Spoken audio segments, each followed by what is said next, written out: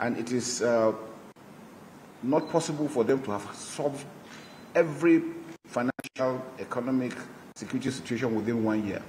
But I'm sure everybody, if we're truthful to ourselves, efforts have been made and have continued to be made. We have seen policies that have been made to address the economic situation on ground, including security situation. Things are improving. We are not where we are, but I can assure you we're heading there. And if we have the support of everyone together, we can bring total peace and the economy will pick up.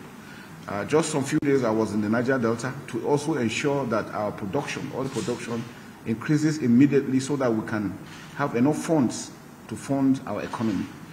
So I want to call on all Nigerians to understand with the government.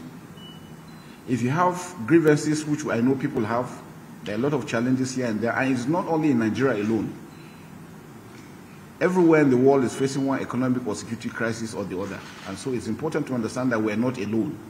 But what we can do is not to allow criminals, individuals that have lost out, to take